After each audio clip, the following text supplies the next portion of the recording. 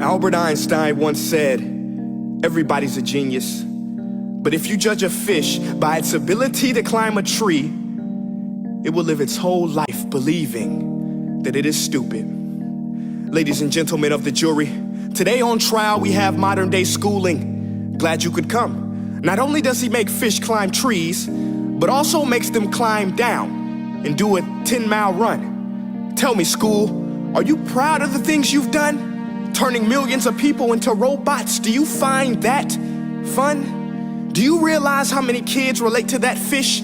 Swimming upstream in class, never finding their gifts, thinking they are stupid, believing they are useless? Well, the time has come, no more excuses. I call school to the stand and accuse him of killing creativity, individuality, and being intellectually abusive.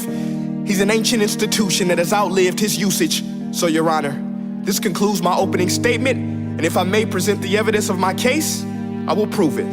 Proceed. Exhibit A. Here's a modern day phone. Recognize it? Here's a phone from 150 years ago. Big difference, right? Stay with me. Here's a car from today, and here's a car from 150 years ago. Big difference, right? Well, get this. Here's a classroom of today, and here's a class we used 150 years ago. Now, ain't that a shame? In literally more than a century, nothing has changed. Yet you claim to prepare students for the future?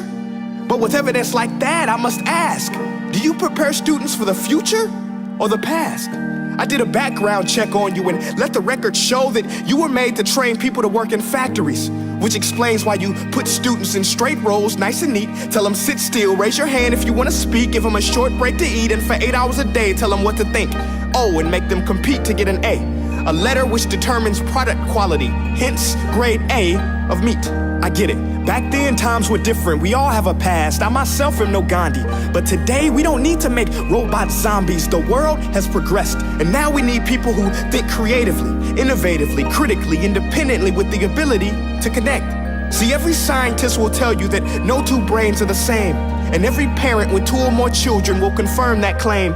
So please explain why you treat students like cookie cutter frames or snapback hats, giving them this one-size-fits-all crap. Watch your language. Sorry, Your Honor, but if a doctor prescribed the exact same medicine to all of his patients, the results will be tragic. So many people would get sick, yet when it comes to school, this is exactly what happens, this educational malpractice, where one teacher stands in front of 20 kids, each one having different strengths, different needs, different gifts, different dreams, and you teach the same thing the same way?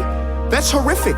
Ladies and gentlemen, the defendant should not be acquitted. This may be one of the worst criminal offenses ever to be committed. And let's mention the way you treat your employees. Objection. Overruled. I want to hear this. It's a shame.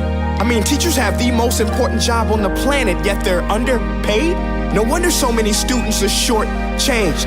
Let's be honest, teachers should earn just as much as doctors, because a doctor can do heart surgery and save the life of a kid, but a great teacher can reach the heart of that kid and allow him to truly live. See, teachers are heroes that often get blamed, but they're not the problem. They work in a system without many options or rights. Curriculums are created by policymakers, most of which have never taught a day in their life. Just obsessed with standardized tests. They think bubbling in a multiple choice question will determine success. That's outlandish. In fact, these tests are too crude to be used and should be abandoned, but don't take my word for it. Take Frederick J. Kelly, the man who invented standardized testing, who said, and I quote, "These tests are too crude to be used and should be abandoned." Ladies and gentlemen of the jury, if we continue down this road, the results will be lethal. I don't have much faith in school, but I do have faith in people.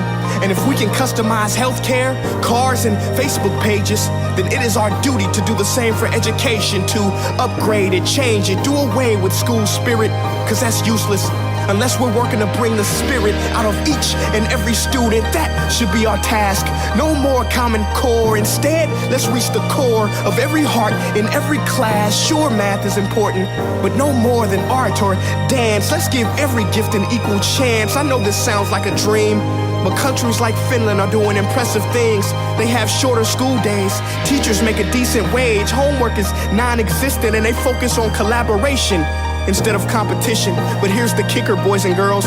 Their educational system outperforms every other country in the world. Other places like Singapore are succeeding rapidly. Schools like Montessori, programs like Khan Academy, there is no single solution. But let's get moving, because while students may be 20% of our population, they are 100% of our future. So let's attend to their dreams, and there's no telling what we can achieve. This is a world in which I believe, a world where fish are no longer forced to climb trees. I'll rest my case.